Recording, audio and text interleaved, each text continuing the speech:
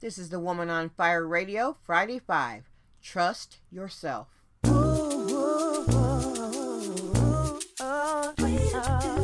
Disruptors. It's time for the Woman on Fire, Friday 5.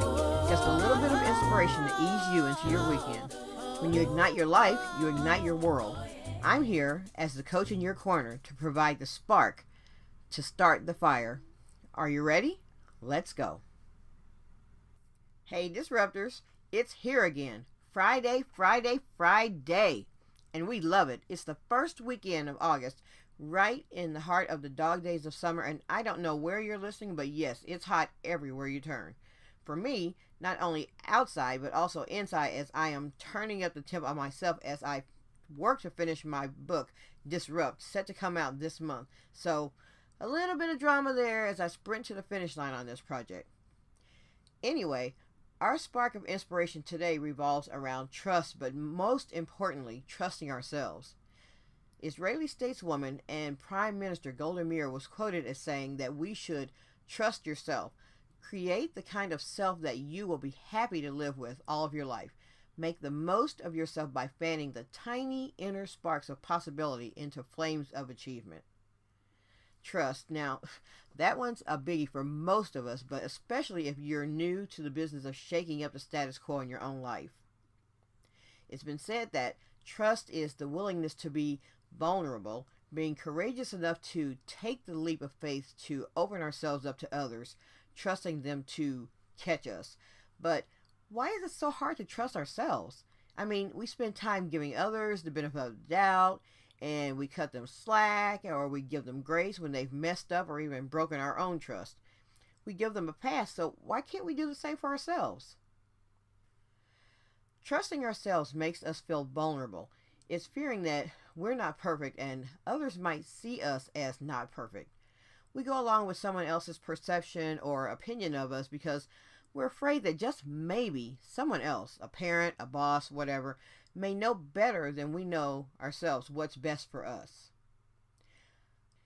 We lose our trust in ourselves through self-judgment and negative beliefs. When we do this, we give away our power, watching our lives rather than participating in our lives. We keep what we know to be true about ourselves bottled up inside as we defer to the wisdom of others. Sometimes we allow others to be the decision makers in our lives, maybe out of fear, maybe because it's convenient. So how can we, as Maya Angelou said, get our own backs? How willing are we to show up and be seen by ourselves? How can we boost our own self-trust? So I've got 3 tips to remember as you head into your weekend. 3 ways to help you to start to have your own back and trust yourself. Number 1, trust yourself. Sounds simple enough, but it's the hardest step to take when disrupting your status quo. William Shakespeare once said, "To thine own self be true." No one knows the real you but you. Sometimes we get lost, we lose sight of ourselves and the goals that we once had for ourselves, but in the end, it all comes back to you. So, put you first. Let's start by keeping your promises to yourself. Do what you say you will for yourself.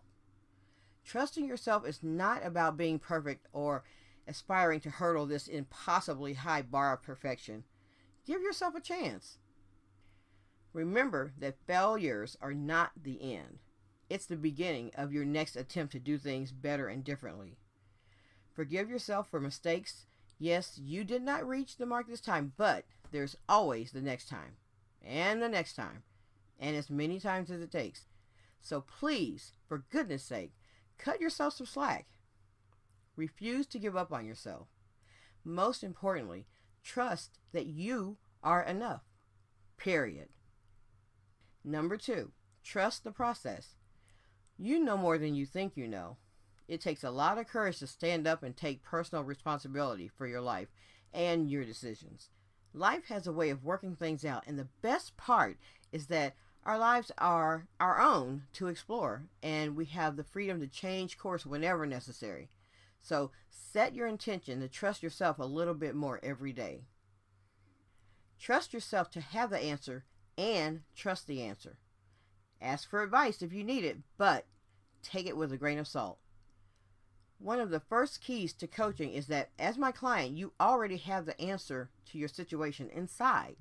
It's my job as your coach to hold this space for you while you uncover the solution that works for you. If it doesn't work for you, it doesn't work. So trust your desired outcome. Trust your plan. You are given this for a reason. Look at it every day. Turn it over repeatedly in your mind. Examine it. Envision it from beginning to end. You may not have all the answers, but why smother your spark before it even takes hold? Let it breathe and grow. Number 3, trust that it will be okay. And it will be okay. We've all heard of exercises where you trust fall into the waiting arms of a colleague, in effect, trusting them to catch you, trusting them to make sure that you are okay. I wonder, what would it look like if you, just once, trusted yourself enough to fall into your own arms, trusting you to catch yourself? You know better than anyone else what it means to be you, how it feels to be you. Don't be afraid to make mistakes. Accept that you are human, and we all make mistakes, so lighten up and take it easy on yourself. Be nice to yourself. Talk nice to yourself. Love on yourself a little bit. Disrupting your status quo is nerve-wracking enough. Why beat yourself up?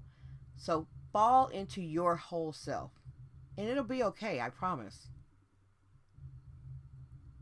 Okay, Disruptors, so those were my Friday 5 sparks to fan the flames of your possibility. If you like the podcast, pop on over to iTunes and subscribe. Hey, if you really like us, give us a rating. 5 stars, please. I'll love you forever. So thanks for listening. And as always, go out and disrupt your status quo this weekend.